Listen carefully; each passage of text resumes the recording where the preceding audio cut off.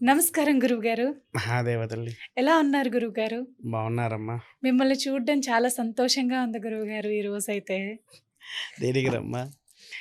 ఎప్పుడూ మీరు మా ఆడియన్స్ కోసం ఎప్పుడూ పరిహారాలు, వాళ్ళెప్పుడూ సంతోషంగా ఉండటం కోసమే చెప్తూ ఉంటారు గదా! దాని గురించి గురువుగారు ఈరోజు కొత్తగా ఏం చెప్పబోతున్నారా అని నాకైతే ఉత్సాహంగా ఉంది.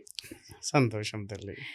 ఈరోజు గురువుగారు మఖా నక్షత్రంలో పుట్టిన వారి గుణ స్వభావాలు ఎలా ఉంటాయో వివరించండి గురువుగారు. అద్భుతంగా తల్లి. మఖా నక్షత్రం అనేటువంటి వారు, మఖా నక్షత్రంలో జన్మించిన వారికి కేతు అధిపతి తల్లి. నవగ్రహాలలో అన్నిటికంటే ఆఖరైనటువంటి వాడు కేతువు. హ్మ్. అంటే రాహు కేతువులు ఇద్దరు కూడా ఒకటే మధ్యస్థితి గతుల్లో ఉండేటువంటి వారు. ఎందుకంటే రాహు యొక్క తలకు సర్పం పెట్టారు, రాహు యొక్క శరీరానికి సర్పం పెట్టేశారు. అందుకే రాహు ఒకడే, కాకపోతే కేతువుగా మారాడు. రాహు కేతువులు అశ్విని నక్షత్రానికి మఖా నక్షత్రానికి అంతా ఒకటే పోలికలు. అయితే ఇక్కడ ఇంకో విషయం ఏంటంటే మఖా నక్షత్రం వారు కష్టజీవులు తల్లి.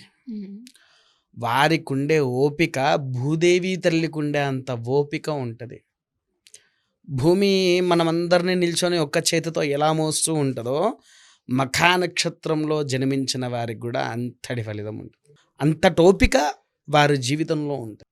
కాకపోతే ఏంటి అంటే కొన్ని లగ్న కుండలి స్వభావాల వల్ల కొద్దిగా వ్యత్యాసం ఉంటుంది. ఆ వ్యత్యాసం కోపానికి కావచ్చు. వీళ్ళు ఎక్కువగా కోపానికి రారు తల్లి. అంత తొందరగా కోపానికి వచ్చే వ్యక్తులు కాదు. ప్రళయం వస్తున్నా కూడా వాళ్ళకు కోపం రాదు. అంటే శాంత స్వభావులు. ఇక వాళ్ళకి ఎప్పుడైతే ఓపిక నశిస్తుందో అప్పుడే క్షణితకాల కోపము అంటారు. ఇంకా వాళ్ళు కష్టపడే తీరు తల్లి అసలు అది వర్ణించడమే వర్ణాతీతం వాళ్ళకు.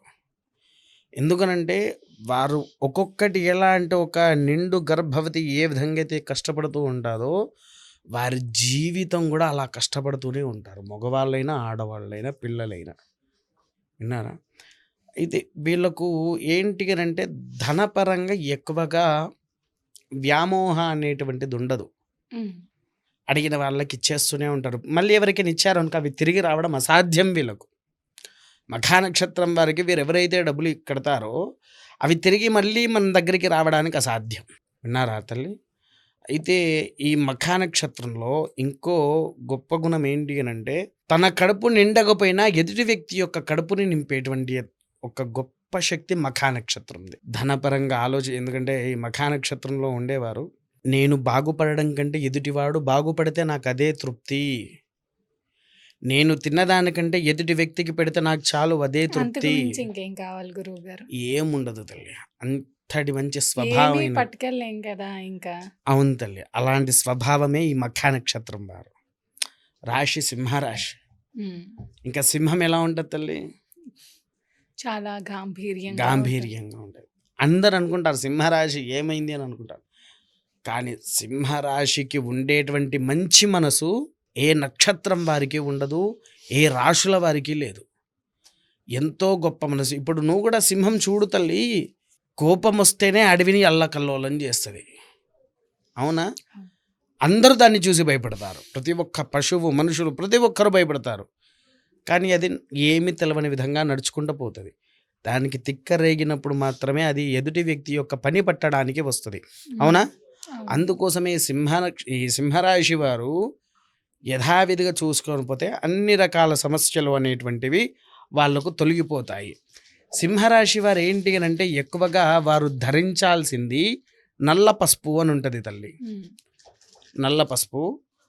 ఈ నల్ల పసుపు ఎలా అంటే ఇది అందరు గంధం అనుకుంటారు, కానీ గంధం కాదు తల్లి. ఇది నల్ల పసుపు అనేది. ఇది కాస్త ఇలా తీయాలి, కొన్ని వాటర్ తెప్పిస్తారా? అది ఉన్నది కదా, అది ఇప్పుడు నీకు చేతిలో వేసాయి కదా తల్లి, అది ఎంతగా వాసన రాదు. వాస్తవానికి ఏంటి అని అంటే ఈ నల్ల పసుపు అనేది బయట మనకు నల్ల పసుపు కూడా దొరుకుతుంది. పూజా స్టోర్లలో ఎండిపోయిన నల్ల పసుపులు పెడతారు. దాన్ని ఏం చేయాలి? సానలో పెట్టి గంధము నూరాలి. గంధము నూరి అది పెట్టుకోవాలి. కాకపోతే మేము ఏం చేసాము, ఆ పసుపుని అంతా సేకరించి దంచి వస్త్రగాయం పట్టి పొడి తయారు చేశాము. పొడి తయారు చేశాం కదా తల్లి, ఒకసారి నీ చేతిలో ఆ 2 చుక్కల నీళ్లు వేసుకో. 2 చుక్కలు ఎర్రగా ఉన్నాయి స్వామి నీళ్ళు. నీళ్ళు ఎర్రగా అవుతున్నాయా? ఎర్రగా అది కూడా అయిపోయినాయి. ఎర్రగైందా? ఇప్పుడు ఆ బొట్టు పెట్టుకో తల్లి. చేయగడుకో ఇక. అది నల్ల పసుపు యొక్క బొట్టు. మళ్ళీ నీళ్ళు కూడా ఏ రంగులో వస్తున్నాయి తల్లి? ఎర్రగా అవుతున్నాయి. ఎర్రగా అవుతున్నాయా? పసుపు తత్వం విన్నా. ఇది నల్ల పసుపు పెట్టుకునే బొట్టు విధానం. అందరు అది గంధం అనుకుంటారు. నల్ల పసుపు అనేది గంధము కాదు, అది ఒక బొట్టు, గంధపు లాంటి బొట్టు. బొట్టు పెట్టుకోండి. విన్నారా? దీన్ని ఎవరైతే ధరిస్తారో వారి ఇంట్లో కుబేరు తాండవమాడతాడు అనేటువంటిది శాస్త్ర విధిలోనే మనకుంది. శాస్త్రపరంగా ఈ కుంకుమను ఎవరైతే ధరిస్తారో, ఈ నల్ల పసుపుని, నల్ల కుంకుమను ఎవరైతే ధరిస్తారో వారి ఇంటికి కుబేరుడు అడుగడుగునా వస్తూనే ఉంటాడు. ఇప్పుడు ఏది మన వెంకటేశ్వర స్వామి వారు ఎవరు కప్పున్నాడు? కుబేరుడికి. ఎప్పుడు వచ్చి తీసుకుపోతాడు? వైకుంఠ ఏకాదశి వచ్చినప్పుడు విమానంలో వచ్చేసేసి వెంకటేశ్వర స్వామి సంపాదించిందంతా తాను తీసుకొని పోతూ ఉంటాడు. అవునా? ఈ కుబేరగా నల్ల పసుపులో కుబేరుడు కొలువై ఉంటాడు. దాన్ని ఎవరైతే ధరిస్తారో వారి ఇంట్లోకి కుబేరుడు అడుగు పెట్టేసి వాళ్ళకి కావాల్సినటువంటి ధన కనక వస్తు వాహనాలు కూడా అందింపజేసే ఏకైక బుట్టే నల్ల పసుపు. మరి ఇది ఎలా ఆర్డర్ చేసుకోవాలి గురుగారు? అంటే ఇది బయట ఎక్కడ దొరకదు, బయట ఎక్కడా దొరకదు, మార్కెట్ లో దొరకదు. మరి అవునమ్మా. ఒరిజినల్ కూడా బయట అవైలబుల్ ఉండట్లేదు. ఒరిజినల్ పెట్టుకుంటేనే ఫలితం ఉంటుంది కాబట్టి మీరే ఆ మార్గం కూడా చెప్పేసేయండి. ఏముంది తల్లి, కింద నెంబర్ వేస్తారు కదా, ఆ నెంబర్కి ఫోన్ చేయండి. ఎవరికైతే కావాలనుకుంటున్నారో వారు ఆర్డర్ పెడితే వారికి ఇది మనం పంపించడం జరుగుతుంది. వాళ్ళ ఇంటికి కొరియర్ చేయడం కూడా జరుగుతుంది. దూర ప్రాంతాల వారికి మాత్రము ఆర్డర్తో పాటు మనం కొరియర్ ఛార్జెస్ కూడా తీసుకుంటాము తల్లి. దీనికి ఉండే విలువ కంటే కొరియర్ ఛార్జెస్ కూడా ఎక్స్ట్రాగా తీసుకుంటాము. విన్నారా? దూర ప్రాంతం వరకు అలా చేస్తాము. ఎవరికి కావాల్సి వచ్చినా ఈ కింద నెంబర్కి వారు ఫోన్ చేస్తే సరిపోతుంది.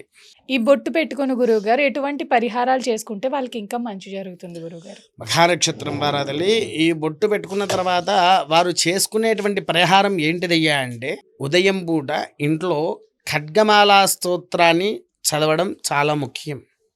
ఇప్పుడు చదవలేని వారు ఉంటారు కదా, ఇప్పుడు ఎలాగో మనకు యూట్యూబ్ అవి ఇవి ఎలాగో అన్నీ ఉన్నాయి కాబట్టి ఖడ్గమాలా స్తోత్రాన్ని ఎప్పటికప్పుడు వారు గనక అది వినుకుంటూ ఉన్నా, చదువుకుంటూ ఉన్నా వారికి ఉండే శత్రుబాధలు కానీ, లక్ష్మీ బాధలు కానీ సంపూర్ణ నివారణ అనేటువంటిది జరుగుతుంది తల్లి. తప్పకుండా గురువు గారు. ఖచ్చితంగా. చక్కటి పరిహారాలు, వాళ్ళు ధరించవలసిన కుంకుమ విశేషాలు తెలియచేసినందుకు ధన్యవాదాలు గురువుగారు. నమస్కారం.